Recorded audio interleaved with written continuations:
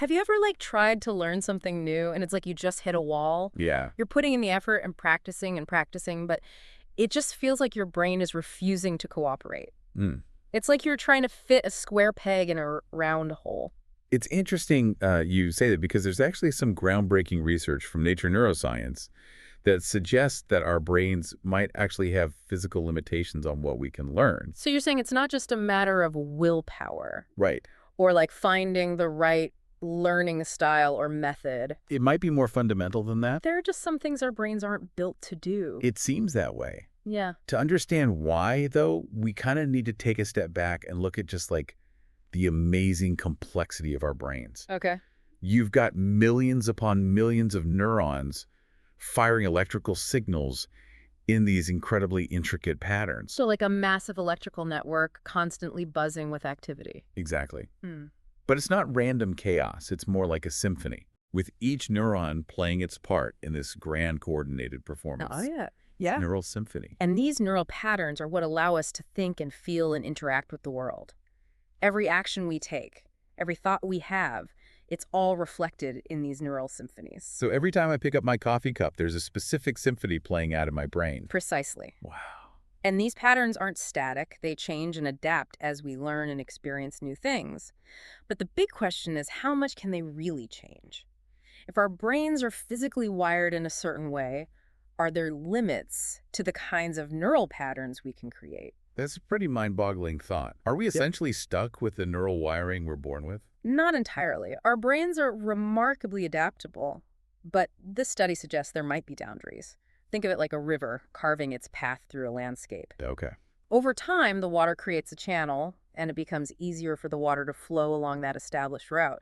Neural activity is similar. It tends to follow preferred pathways, making some patterns easier to learn than others. Okay, I'm with you on the river analogy. Good. But how did scientists actually figure this out? How do you measure something as complex as neural activity and determine what's learnable and what's not? That's where things get really clever.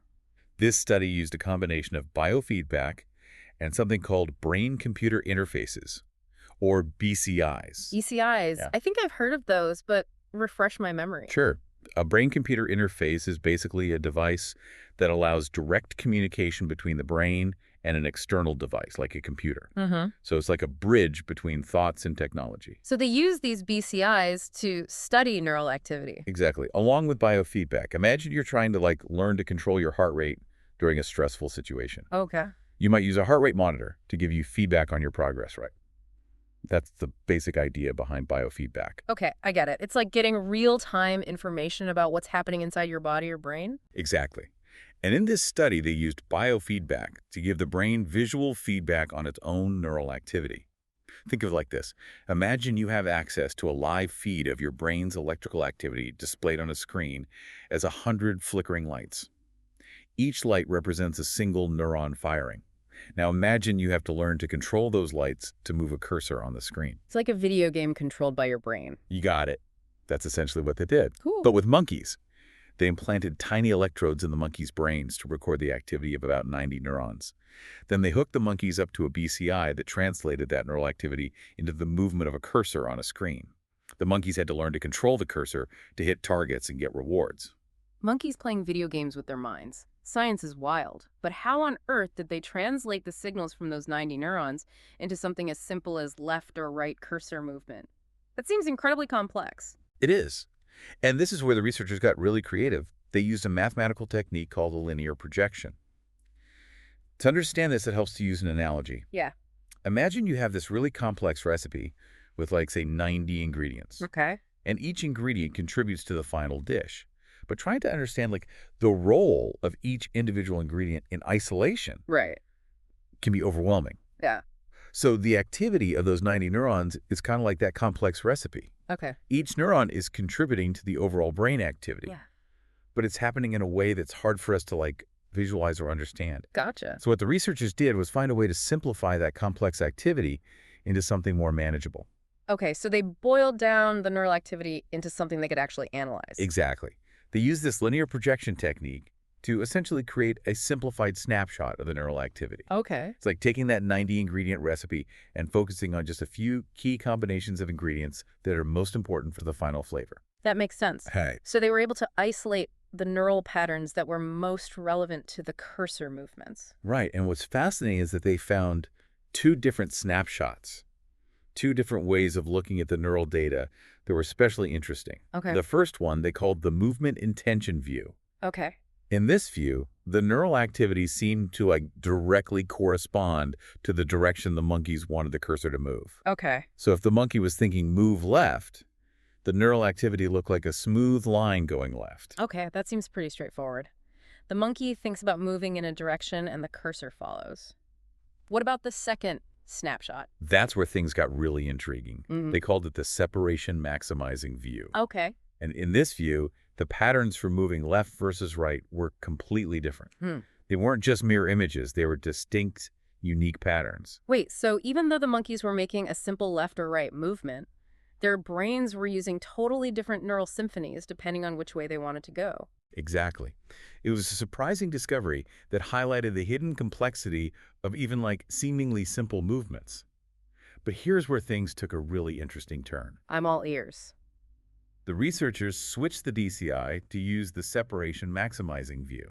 Okay. So now instead of moving smoothly in a straight line, the cursor moved in these distinctive curved paths for left and right movements.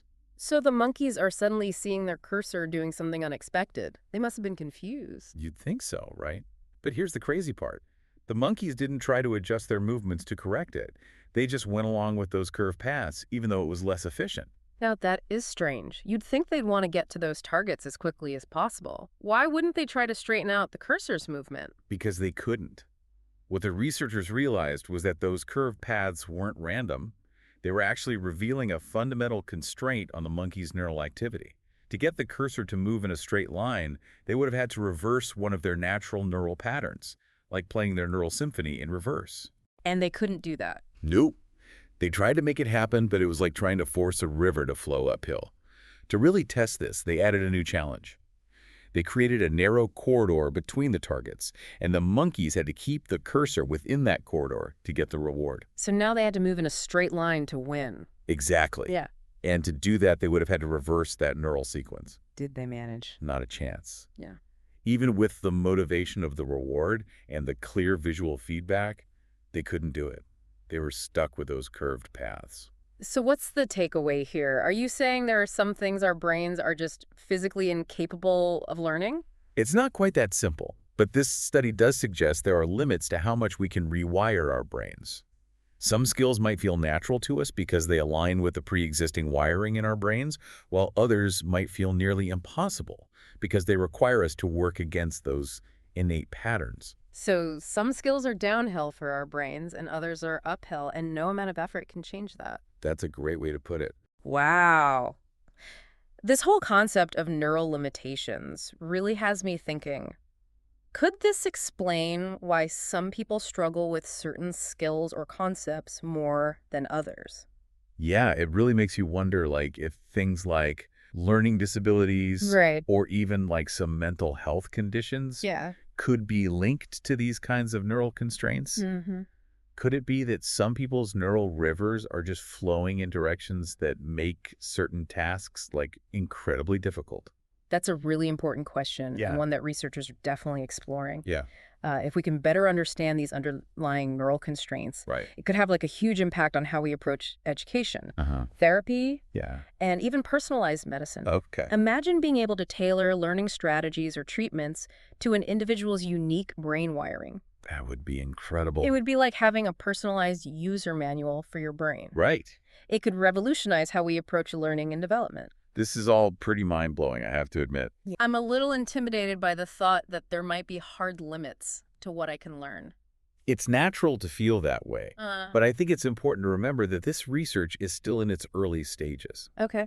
We're only just beginning to understand these neural constraints. And who knows what other discoveries are waiting to be made. That's a good point. I tend to get ahead of myself sometimes, but it does make you wonder what else is out there. What other unlearnable things might be hidden in our neural circuit? That's the beauty of science. It's Yeah. a never-ending journey of discovery. Yeah, This study has opened up a whole new world of questions and possibilities. for sure. As we delve deeper into the mysteries of the brain, who knows what other limitations or maybe even hidden potentials we'll uncover. So the next time I find myself struggling to learn something new, maybe I shouldn't be so quick to blame myself. Right. It might not be a lack of effort or talent, but simply my brain's rivers flowing in a direction that makes that particular task an uphill battle. Exactly. And maybe instead of trying to force the river to change course, we can learn to navigate it more skillfully, finding new pathways and approaches that work with our natural tendencies. Hmm. This research is a reminder that our brains are complex and fascinating and sometimes frustratingly stubborn organs. Yeah. But understanding those limitations might be the key to unlocking even greater learning and potential. Well, there you have it, folks. Our deep dive into the world of neural constraints and what they might mean for our ability to learn. It's a topic that raises as many questions as it answers, but one thing is for sure, the journey of understanding our own brains is far from over. Absolutely. And who knows? Maybe someday we'll even figure out how to teach those rivers to flow uphill after all. Until then, keep those brains firing, and we'll catch you on the next deep dive.